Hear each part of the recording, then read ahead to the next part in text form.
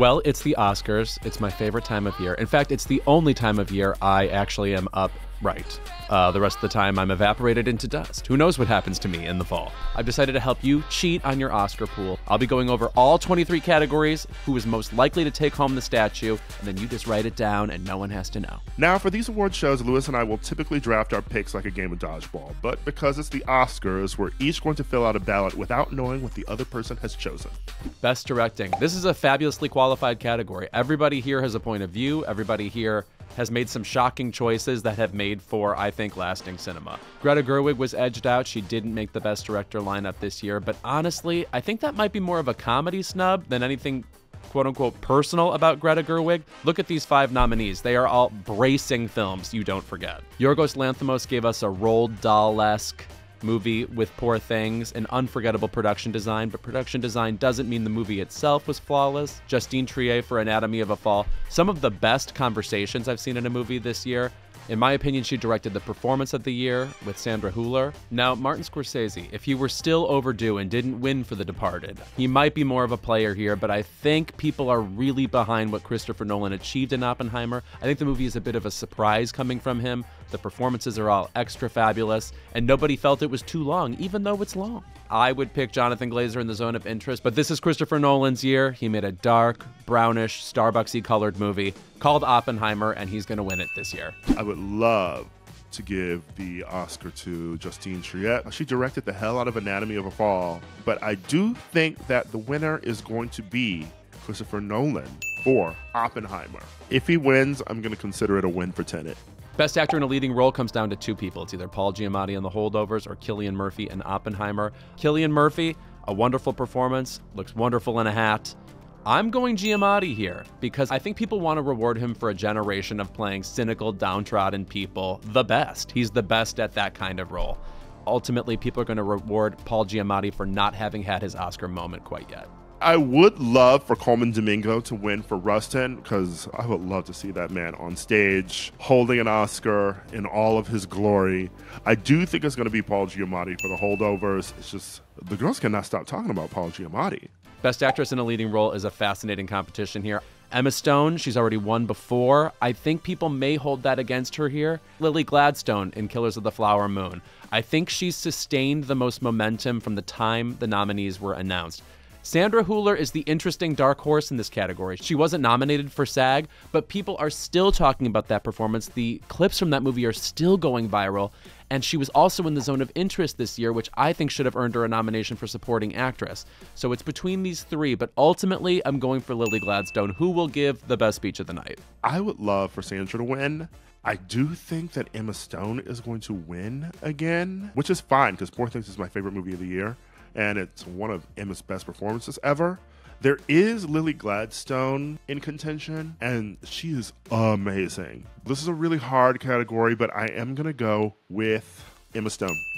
Now we're getting into the foregone conclusions. Best Actor in a Supporting Role. Sterling K. Brown. We love people who play a gay mess in a movie. We rarely see that at the Oscars. I love Sterling K. Brown, but that gay character was a little suspect. So we will not be picking him to win. Robert De Niro in Killers of the Flower Moon. He would have been a contender for the win for me, but somehow has made little noise in this conversation.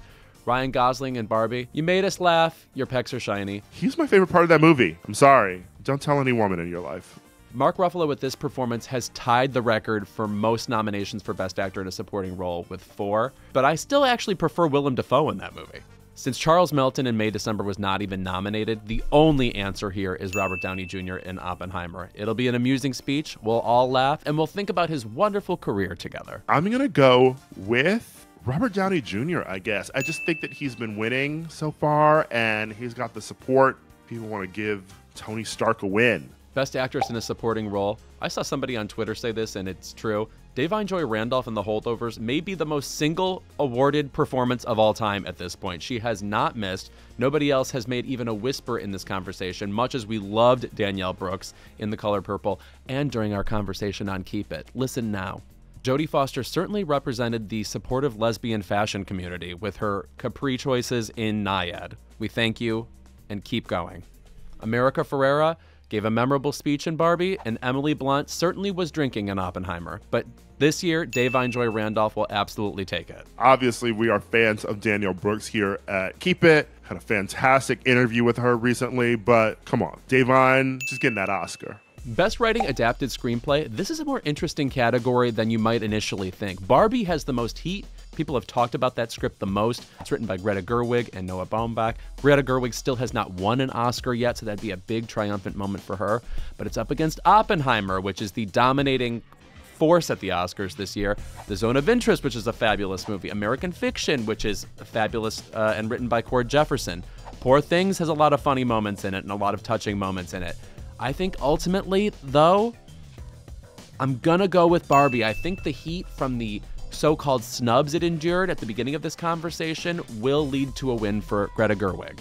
I actually think that this is where Greta Gerwig is going to get her flowers. I'm going to go with Barbie for Best Adapted Screenplay. And in my heart, we've got Poor Things by Tony McNamara, because I do love that fucking movie. And now for Best Writing Original Screenplay. May December, if you live on Twitter, this was almost certainly your favorite movie of the year. I feel like it's the movie we're still discussing the most. It has such an eerie, strange vibe, which is, we can thank director Todd Haynes for some of that. But the screenplay itself by Sammy Birch, unforgettable. I feel like this year we can count on Anatomy of a Fall winning screenplay. Justine Triet and her husband, Arthur Harari, wrote it. They gave Sandra Hüller the chance to eviscerate her husband in one of the most amazing arguments I've ever seen in a movie. And I feel like that's where we can count on a win here. In my heart, I would give this award to Sammy Birch for May December, my second favorite movie of the year. I do think that Celine's Song is going to win for Past Lives. I think this is a moment to fet Celine's Song, especially since she did not get a Best Directing nom. Best Animated Feature. Now, I don't like to see drawings move. I'm an adult. I don't watch cartoons. I would prefer you just put the actors on the film. We're people, right? I want to look at the other people. But for those who enjoy the cartoons, I think The Boy and the Heron is going to be a real triumph for Miyazaki. A moment at the Oscars that's a long time coming. We'll all love it. Spider-Man Across the Spider-Verse, I think, is the more crowd-pleasing, traditional animated film. It's certainly a more mainstream and, I'll say, easily digestible option. But I think The Boy and the Heron is the qualified, artful choice. I am going to give it to Spider-Man Across the Spider-Verse because it, unfortunately, is the only one that I've actually seen. So, Best International Feature Film. Honestly, this is a badass category. All 5 of these are unbelievable. Society of the Snow is on Netflix right now. If you haven't seen it, that's a very addictive, bracing film. By the way, go see The Teacher's Lounge. I expected nothing of this movie. Fabulous, absolutely in my top 5 for the year. But you have to absolutely vote for The Zone of Interest this year. The Zone of Interest is, as Steven Spielberg said, the best Holocaust movie since at least Schindler's List, which, of course, Steven Spielberg made. He just went and said that. I think the winner is going to be Lo Capitano. I actually don't think that. I just wanted to say that in an Italian accent. I think that The Zone of Interest is going to win here again. But also, Society of Snow has really hot people in it. So, in my heart, that's what I want to win. Best Cinematography. Love seeing El Conde here. This is a Chilean dark comedy movie that you should seek out. But of course, we've got a lot of very memorable looking films here. Killers of the Flower Moon, Maestro, Oppenheimer, Poor Things. Let's just take Maestro out right now. That's not going to be a part of it. Killers of the Flower Moon, Oppenheimer, Poor Things. I think Oppenheimer's, you've got to go for that cafe latte grit on every single frame in this movie.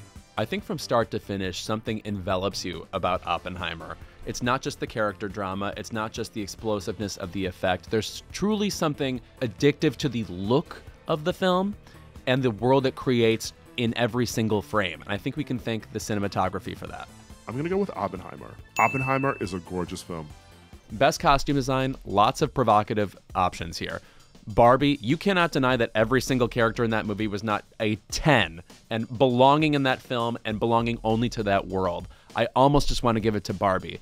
But instead, I think I'm going to choose the weirder costumes, which is Poor Things. Poor Things has got to win this one. I feel like Poor Things has the most distinct costuming of everything in this category, most unexpected. I think maybe Barbie could also win, but, you know, the dolls already exist, so... Best makeup and hairstyling. Well, we know what the most controversial option is this year, and that would be Maestro.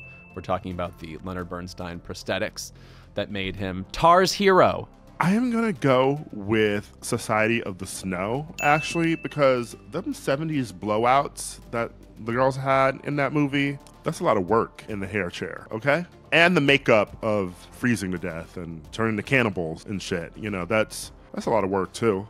This is actually one of the harder categories to predict, but I am gonna go with, get ready, Maestro actually. I think people remember the conversation about this movie and in a weird, reflexive way, want to reward the team for actually doing a really good job. I would put Poor Things probably at second, probably because of Willem Dafoe's face. That thing is creepy. You would never see the face that Willem Dafoe has in any other movie. It doesn't belong anywhere else. So it feels like they've crafted something bespoke to realize this extremely strange vision. Best Original Song. Shout out to Diane Warren, who is nominated for her, I'm checking my watch, 77th Oscar for The Fire Inside from Flamin' Hot, the Cheeto biopic that somebody needed to see. I get sort of sad when Best Original Song is a foregone conclusion. It's one of the weirder categories, but this year it is definitely What Was I Made For? From Barbie. It'll be Billie Eilish's second Oscar, and as you know, she is 8 years old, so that is extremely wild.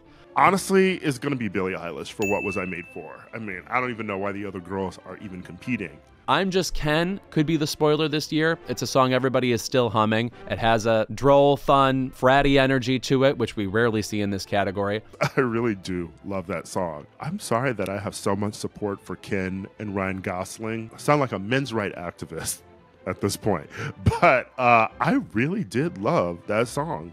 Best Original Score, to me, this is another tough one. I mean, listen, we nominated John Williams because he's John Williams, but nobody is thinking about Indiana Jones and the Dial of Destiny. I'm actually going to go with Oppenheimer. Ludwig Göransson's music is so hypnotic and so beautiful. Let's give that one to him. I am going to go with Oppenheimer because I feel like there's something sonically compelling about the entire movie. But don't count out the late Robbie Robertson for Killers of the Flower Moon. Have you seen The Last Waltz recently, the Martin Scorsese movie about the band? Girl, it is about the band, and I loved it. Best Production Design, another really hard-fought category. Barbie, to me, has the most memorable production design of the year, and certainly the most celebrated production design of the year. Still the highest grossing movie of 2023, nothing to count out in a conversation like this. As much as I admire Poor Things, as much as I admire Oppenheimer, and Killers of the Flower Moon's production design too, I think Barbie is going to take it because it has just got that Pepto-Pink thing we love. I do think that Barbie should probably win this because the production design for Barbie was baller as hell. The set for Barbie is miles above everything else that was in the film. Best Film Editing. Now, I personally object to Oppenheimer winning here because the first act of the movie is so choppy, it feels like you're getting a previously on Mad Men montage, but I think ultimately we have to go for that. I think people remember the technical qualities of this movie especially, and it's going to dominate the Oscars in some form or another, and I think that means it's going to take categories like this. I want to also give a shout out to Killers of the Flower Moon, which is one of the world's longest things, period, just a noun. If a movie is 3 hours long, did it really have the best editing? The way that movie lives in the Osage Nation, how you can actually feel the slow change occurring that becomes a decimation, that is a credit to the editing. I'm going to give this one to Killers of the Flower Moon because I do love Thelma Schoonmaker. Thelma Schoonmaker, perhaps the best to ever do it. Something to think about as you write down your ballot, but I'm still going with Oppenheimer. Best Sound. First of all, this should still be 2 categories. I'm pissed about that. But secondly, I think when the sound design feels like its own character in the movie, you can vote for that. And I think in this case, The Zone of Interest is going to win. This movie does not work without perfect sound design. It's called The Zone of Interest, but I would call it the Zillow of Auschwitz, because what happens is this woman lives next door to Auschwitz with her family, is concerned primarily with just bringing up her kids, rearing a wonderful family, as in the background you hear vague sounds of Auschwitz, but it's never overbearing, as in the subtle cumulative qualities of the sound design add up to a devastating feeling you only get to at the end of the movie. It's so well realized and so something that only belongs to this movie. I'm legally obligated to always give a win to anything with Tom Cruise in it. So I'm going to say Mission Impossible Dead Reckoning Part 1. He's standing right off camera. I get it, Tom. Best visual effects, guys, I'm going Godzilla -1. First of all, it's simply not fair that there are Godzilla movies that apparently can make me cry. What's that? I'm ashamed. Secondly, I think the visual effects are simply stunning. You walk away from that movie being like, Godzilla is back, baby. Don't leave us again. The way they subtracted that Godzilla in Godzilla -1, beautiful. So I would give it to that. Also, I really fucking love Godzilla -1. It was one of my favorite films of the year. Like, top 5. Now, if you want to have the worst movie-going experience of the year, watch any of the 5 documentary feature films here, which are simply devastating. Truly, any one of these documentaries will give you an experience you won't forget. Read even the synopsis for Four Daughters and tell me it's not already incredibly provocative. I'm going 20 Days in Maripol here. To Kill a Tiger, PETA wouldn't like that. So I'm not voting for that one. I am going to go with Four Daughters. Best animated short film, War is Over, which is inspired by the music of John and Yoko. Things like that, which have a light stunt to them, often win in this category. It would not be my favorite personally, but I think it's safe to vote on. Letter to a Pig, because I am always writing letters to pigs. Call me Charlotte. Best live action short film, Wes Anderson has never won an Oscar, and The Wonderful Story of Henry Sugar, I think, is one of his best films and contains 2 excellent performances. One from Ralph Fiennes as Roald Dahl, and Ben Kingsley, who was up and reciting this droll-ass dialogue in a way you did not think he was capable of. I want to also shout out The After, which is a movie starring David Oyelowo, and there is a violent act in this movie that is so random and strange. It is, I want to say unforgettable, but also maybe tacky. Red, White, and Blue. Because you know what I love? America. Best documentary short film, if you're not crying at the last repair shop, which is about a musical instrument repair shop in Los Angeles that's been going on since the 50s, you're not a human being, and you're no friend of mine. The ABCs of book banning. I am always burning books. I have been trying to get Little Women out of my local school library for years. I love the ABCs of book banning because it really taught me some things. And finally, the grandest category of them all. And if you look back historically, sort of a B- altogether. Best Picture. I think this is an exciting year for the category. Every movie seems to offer something different. There's at least one thing in every movie that I think is fabulous. Oh, no, wait, I saw Maestro. Now, my favorite is The Zone of Interest. My second favorite is Anatomy of a Fall. Love them, go see them. They're not going to win. The best picture this year is Oppenheimer, which has swept. It's a movie everybody wanted to see. It's a movie everybody actually went out and saw. Critically heralded. It's in all these other categories, making a lot of noise. It is going to win Best Picture. Also, it's about a man, and we love celebrating that. Every year when we do these predictions, I always go with my heart. And if I were really picking what I wanted to win, it would be Poor Things. But I do not think that Poor Things is going to win. So I think it's probably going to be something like The Zone of Interest that's going to take it home. My interest in The Zone of Interest is not high, but I do think that it's a really good movie, so I'll probably win. Thanks for watching, and to make sure to like and subscribe so you don't miss our Oscar episode of Keep It on March 13th. Also, I want to hear how you did on your ballots and what silly choices you make that differed from mine. Let us know in the comments whose ballot you're copying on Sunday, mine or Lewis's.